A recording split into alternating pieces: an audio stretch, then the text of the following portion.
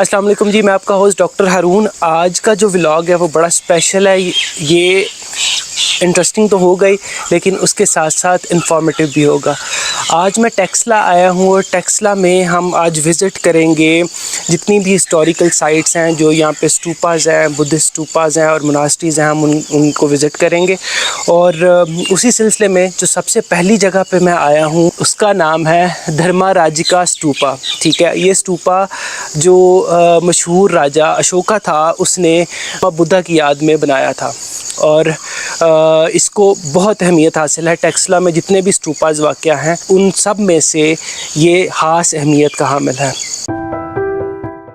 अगर इंसान की ज़ात को दो हिस्सों में तकसीम किया जाए तो हमें एक उसका ज़ाहिर मिलता है और दूसरा बातिन। ज़ाहिर जिसे अंग्रेज़ी में फ़िज़िकल सेल्फ और बातिन जिसे स्पिरिचुअल सेल्फ कहते हैं।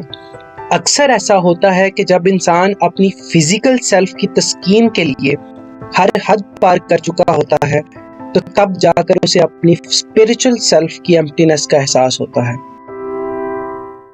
यही वो मुकाम होता है जब वो दुनिया त्याग कर तन्हाई इख्तियार करते हुए अपनी ज़ात को मुकम्मल करने के लिए निकल पड़ता है। और शायद यही वो वजह थी कि राजा अशोका अपनी ज़ाहरी शानो शौकत और रोपो दबदबे की हवस में कलिंगा की जंग में कमोबेश 2.5 लाख इंसानों के खून से हाथ रंगने के बाद अपने बातिन की खोज में निकला होगा। यही वो वक्त था जब उसने ना सिर्फ बुद्धिज्म इख्तियार किया बल्कि पूरे सब कॉन्टिनेंट में उसका प्रचार भी शुरू कर दिया। और ये जगह जिधर मैं अभी मौजूद हूँ ये भी उसी सिलसिले की एक कड़ी है। इस स्टूपा को the great stupa of Taxila भी कहा जाता है। इसे 3rd सेंचुरी BC में मौर्यन एम्परर अशोका ने तामीर करवाया। बुद्धिज्म की मुकद्दस किताबों के मुताबिक इसकी तामीर में रंग भरंगी शीशे की टाइलों का काफ़ी इस्तेमाल हुआ। जी, तो ये मेरे पीछे आप देख सकते हैं, ये जो बुलंद सी जगह आपको नज़र आ रही है ये वो स्टूपा है जो कि महाराजा अशोका ने जो गौतम बुद्धा था उसकी राख के ऊपर ये बनाया था उसकी याद में। उसके अलावा इसके इर्द गिर्द ये आप रास्ता देख सकते हैं, ये ऊपर भी है रास्ता और ये नीचे भी है।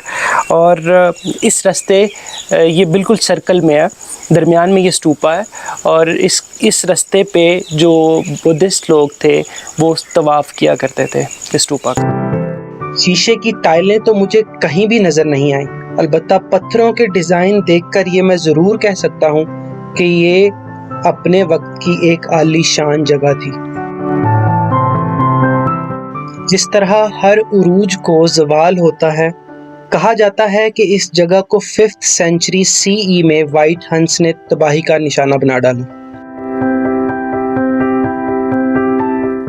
ये वो वाहिद स्टूपा है जिसने टेक्सला में बुद्धिज्म का सूरज तुलू होते भी देखा और फिर गुरूब होते भी देखा।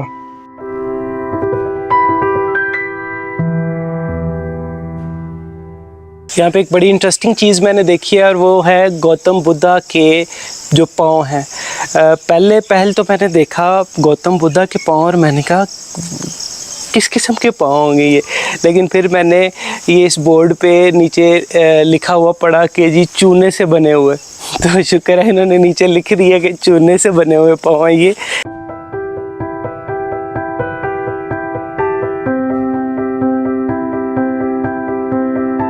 और ये आप मेरे पीछे देख सकते हैं कि इन्होंने एक और बुद्धा को कैद किया हुआ है पीछे।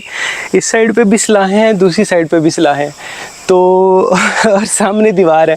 मुझे समझ नहीं आ रही कि इसे देखना कैसे है। चले मैं कोशिश करता हूँ और आपको दिखाता हूँ। अगर मैं कामयाब हो गया तो आप भी ज़रूर कामयाब होंगे। ये जनाब किसी तरीके से मैं सलाहों के पार हो के आपको ये 2 बुद्धा है उनका दीदार करवा रहा हूँ।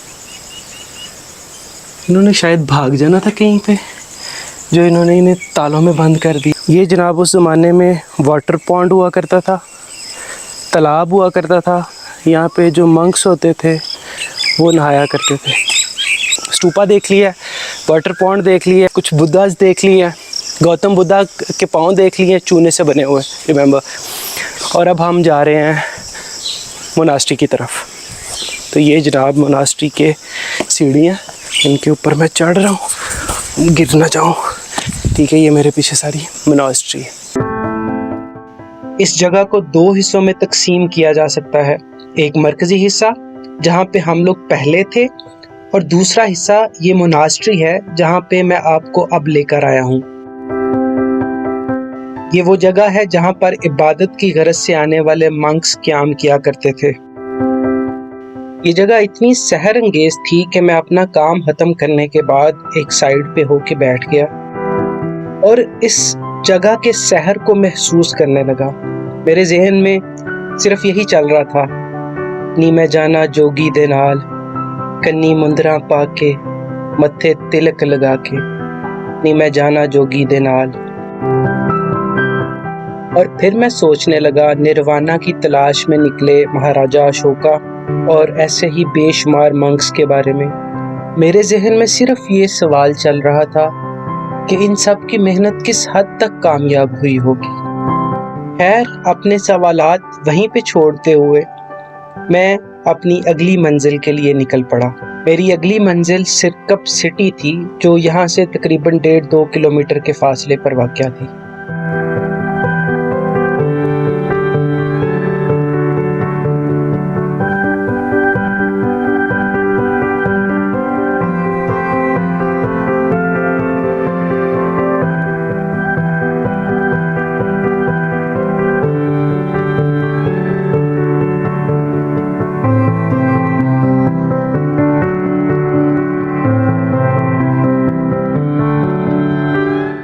सिरकप का मतलब है सर कटा।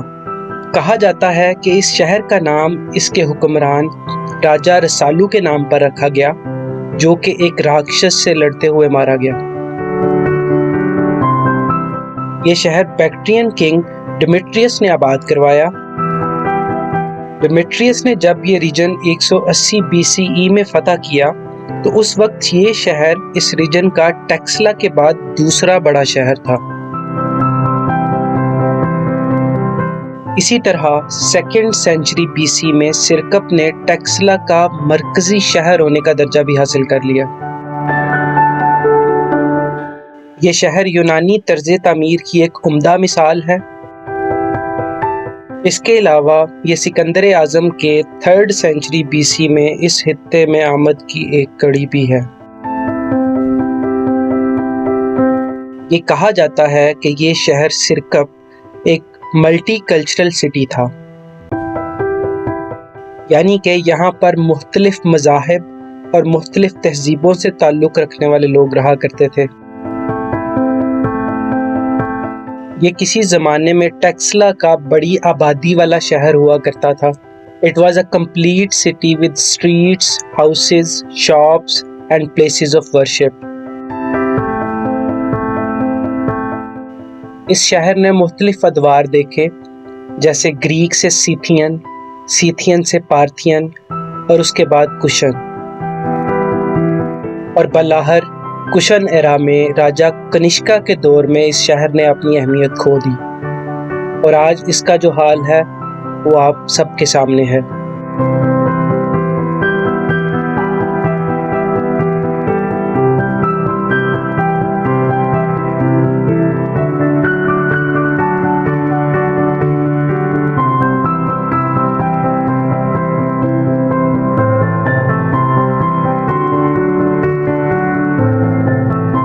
शहर सिरकप की गलियों और बाज़ारों में कुछ देर चहलकदमी करने के बाद मैं अपनी अगली डेस्टिनेशन के लिए निकल पड़ा, जो कि थी जूलिया स्टूपा। जूलिया यहाँ से कुछ 3-3.5 किलोमीटर के फासले पर वाक़या था।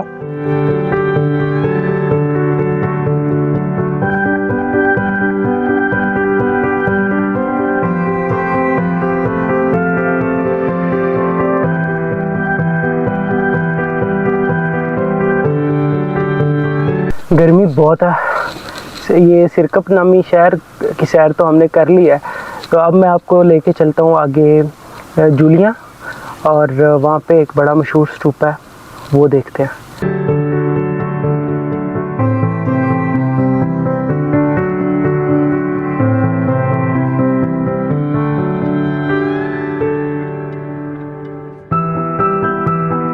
तो नाजरीन, मैं अभी तीसरे स्तूपा की तरफ जा रहा हूँ जिसका नाम जूलियन। काफ़ी स्टेयर्स बनी हुई हैं जिनके ऊपर चढ़ के जाना पड़ रहा है। अभी तक 2 हो चुके हैं और ये 3rd है। ये वाहद, this is the first one जिस पे पहुँचने के लिए स्टेयर्स बनी हुई हैं। तो ऊपर चलते हैं, ऊपर जाके आपको दिखाते हैं कि ये जो स्तूपा जिसका नाम जूलियन है ये कितना मुनफरद है, जो पहले हमने 2 स्तूपास देखे हैं उनसे।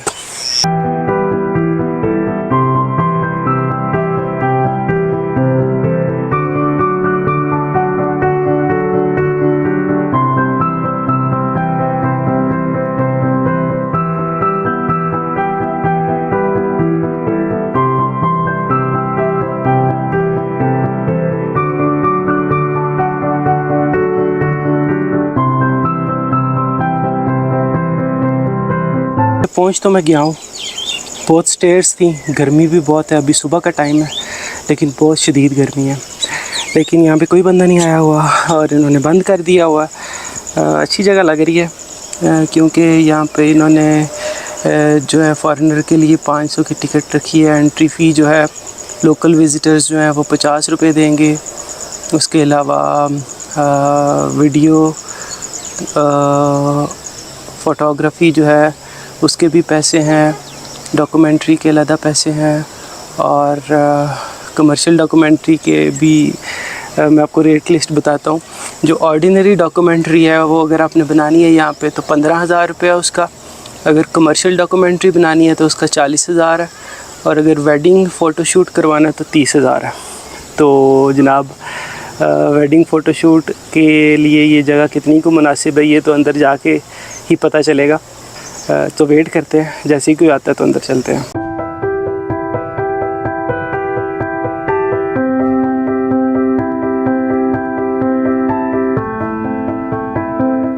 मुझे ये बात जानकर बहुत दिलचस्पी हुई कि ये स्तूपा जिसका नाम जूलिया स्तूपा है एक यूनिवर्सिटी थी। तकरीबन 2nd से 4th सेंचुरी CE तक इस जगह को तालीम तदरीस के मरकज़ की हैसियत हासिल थी। इसके साथ साथ इस जगह को इस खित्ते की ओल्डेस्ट यूनिवर्सिटी होने का दर्जा भी हासिल है।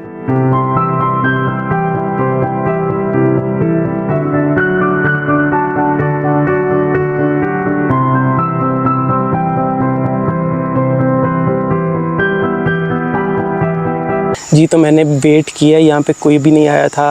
आई हैड टू लीव। मैंने जाना था अभी, तो ये सिर्फ 3rd स्तूपा था। अभी और स्तूपास भी हैं जिन्हें एक्सप्लोर करना है, and then I have a plan to explore Taxila museum as well. तो मेरे पास एक ही ऑप्शन थी, वो ये थी कि मैं ड्रोन उड़ा के तो I sneak into this stupa और मैं देख लूँ कि अंदर है क्या, just to get an idea. तो वो मैंने उड़ा के मैंने देख लिया, आप लोग भी देखें। तो it's a worth visiting place.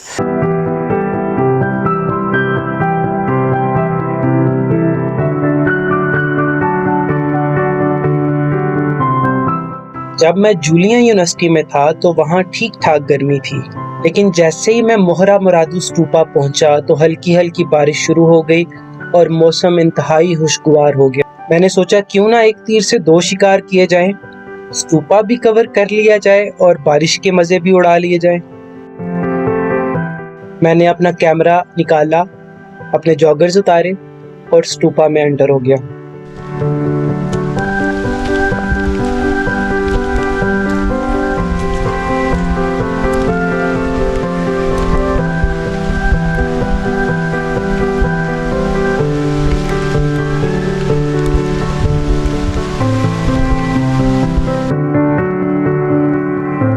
ये स्तूपा भी धर्माराजिका स्तूपा की तरह दो हिस्सों पर मुश्तमिल है। एक हिस्सा वो हिस्सा है जो कि सेंट्रल पार्ट कहलाता है, जहाँ पे एक्चुअल स्तूपा वाक़या है, stupa which is this round building. और दूसरा हिस्सा मोनास्ट्री। मोनास्ट्री वो हिस्सा है जहाँ पे रहने के लिए कमरे, किचन और असेंबली हॉल वगैरह मौजूद हैं।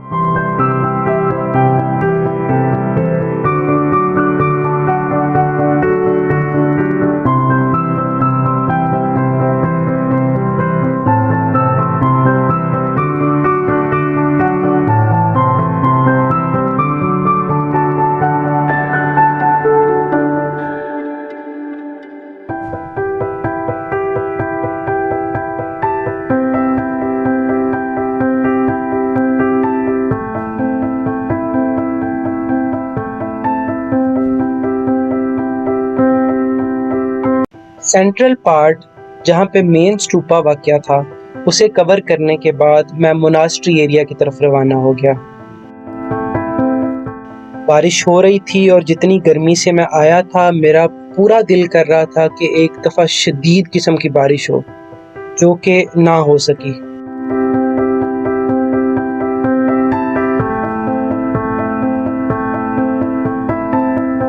जैसे ही मैं मोनास्ट्री में दाखिल हुआ तो मुझे लगा कि मैं एक इंतहाई रोमांटिक जगह में दाखिल हो गया हूँ। यहाँ पे इसके पहले हिस्से में तो सेंटर में एक हॉल है और उसके इर्द गिर्द कमरे हैं। इन कमरों में मंक्स स्टे किया करते थे।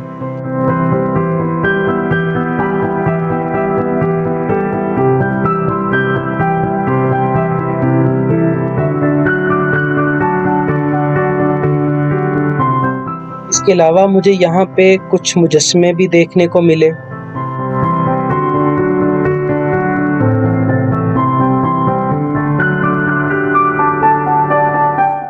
मुजस्समों के साथ से ही एक और रास्ता निकलता था, जो कि एक और हॉल में खुलता था।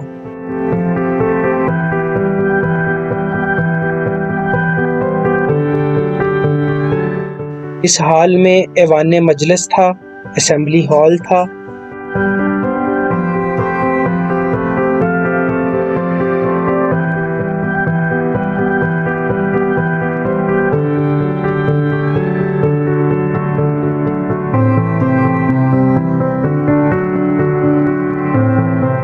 असेंबली हॉल सामने बावर्ची खाने में खुलता था और बावर्ची खाने के साथ ही एक बहुत ही प्यारा, एक बहुत ही रोमांटिक सा कुआं भी था।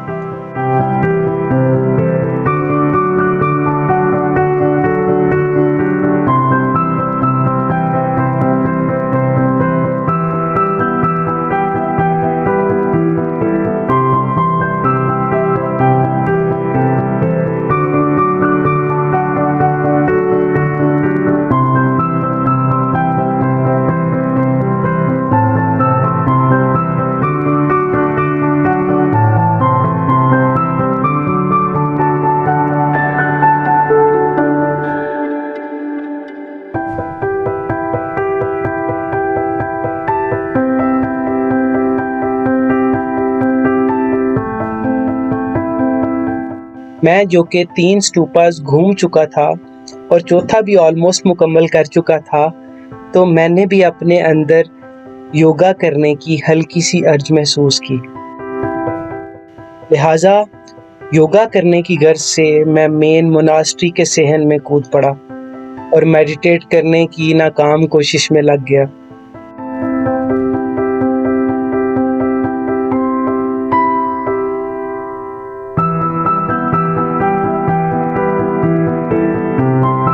आज के दिन के लास्ट स्पॉट पे पहुंच गया हूँ मैं, और वो स्पॉट है टेक्सला म्यूज़ियम। 4 स्टूपास आज हमने कवर कर लिए हैं और 5वीं जगह ये टेक्सला म्यूज़ियम है। उस वाला जो हमारा स्पॉट था, उधर बारिश हो गई थी, कपड़े मेरे गीले हो गए थे।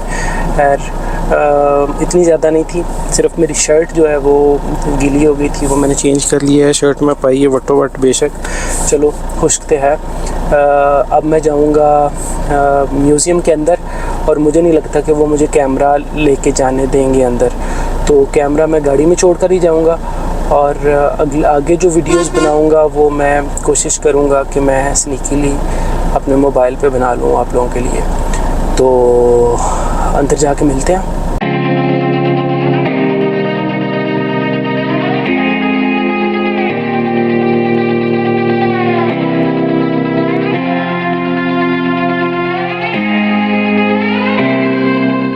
म्यूज़ियम में एंटर होते ही दाईं साइड पे आपको जनाब सर जॉन मार्शल साहब का दीदार करने को मिलता। जनाब आप इनका दीदार करते हैं, इनका टेबल जिस पे बैठ के ये काम किया करते थे, इनके बर्तन जिनमें ये खाना खाया करते थे, ये सब कुछ आपको देखने को मिलता है। और लेफ़्ट साइड पे ये आपको बुद्धा साहब का मुजस्मा नज़र आता है।